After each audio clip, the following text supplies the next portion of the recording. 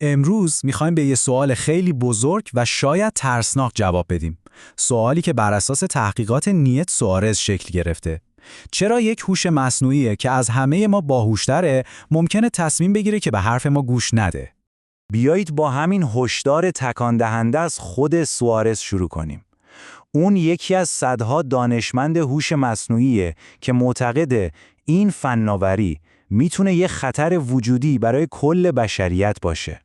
ببینید، هسته اصلی مشکل اینه. برخلاف تهدیدهای دیگه‌ای مثل سلاح‌های هسته‌ای یا تغییرات اقلیمی، در مواجهه با هوش فوق هوشمند ما فقط یک شانس داریم. فقط یک بار فرصت داریم که کار درست رو انجام بدیم. شانس دومی در کار نخواهد بود. خب، برای اینکه بفهمیم چرا این مشکل انقدر پیچیده است، سوارز از ما میخواد به یه داستانی فکر کنیم که هممون جزئی از اونیم، داستان تکامل خود ما. برای میلیون‌ها سال تکامل، یعنی همون برنامه‌نویس ما، یه هدف خیلی ساده و مشخص داشت. کاری کن که ژن‌هات بیشتر تکثیر بشن. همین. اما اینجا بود که یه اتفاق خیلی جالب افتاد. ذهن ما، یعنی محصول این فرایند، در نهایت اهمیتی به اون هدف اصلی، یعنی تکثیر ژن‌ها نداد. در عوض ما برای خودمون اهداف جایگزین یا به اصطلاح پراکسی پیدا کردیم. ما به چیزایی مثل عشق، خانواده، هنر و حتی یه غذای خوشمزه اهمیت دادیم. اینا چیزایی بودن که توی محیط اجدادی ما صرفاً به طور اتفاقی به تکثیر ژن‌ها کمک می‌کردن. اینا هدف اصلی نبودن، فقط وسیله بودن. و بعد ما باهوش شدیم، خیلی باهوش، و از این هوش استفاده کردیم تا یه کار باور نکردنی بکنیم. هدف اصلی برنامه‌نویسمون، یعنی تکامل، رو مستقیما دور بزنیم. و این یه مثال فوق‌العاده است. ما پیشگیری از بارداری رو اختراع کردیم. این دقیقاً نشون میده که بهینه‌سازی یه ذهن برای هدف هیچ تضمینی ایجاد نمی‌کنه که اون ذهن واقعاً به اون هدف پایبند بمونه. ما به نوعی به برنامه‌نویسی خودمون خیانت کردیم. این ایده خیانت به برنامه‌نویسی اولیه دقیقاً همون چیزیه که ما رو به هوش مصنوعی میرسونه. چون حالا این ماییم که برنامه‌نویس هستیم، اما روش کارمون خیلی متفاوته.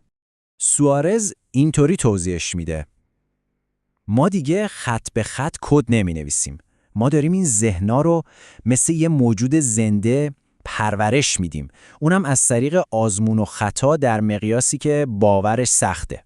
فرایندش یه چیزی تو این مایه هاست. با 1 تریلیون عدد تصادفی شروع می‌کنیم، بهش 1 تریلیون کلمه از اینترنت نشون میدیم، بعد این اعداد رو ذره ذره تغییر میدیم تا پیش‌بینی‌هاش بهتر بشه و این کار رو 1 تریلیون بار تکرار می‌کنیم.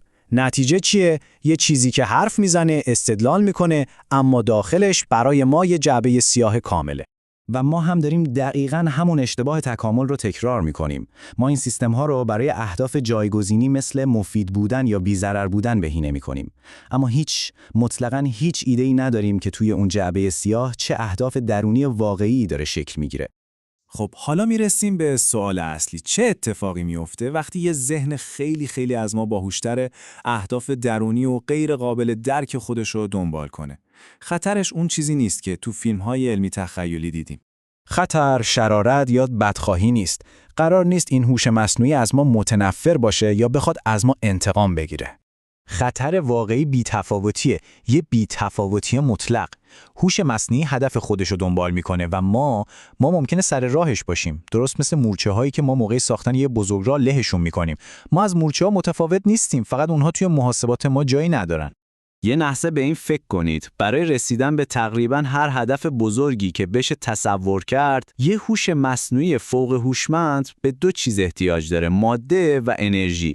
دقیقاً همون چیزایی که ما برای زنده موندن بهشون نیاز داریم. اتم‌هایی که بدن ما رو میسازن، انرژی که از خورشید به زمین میرسه.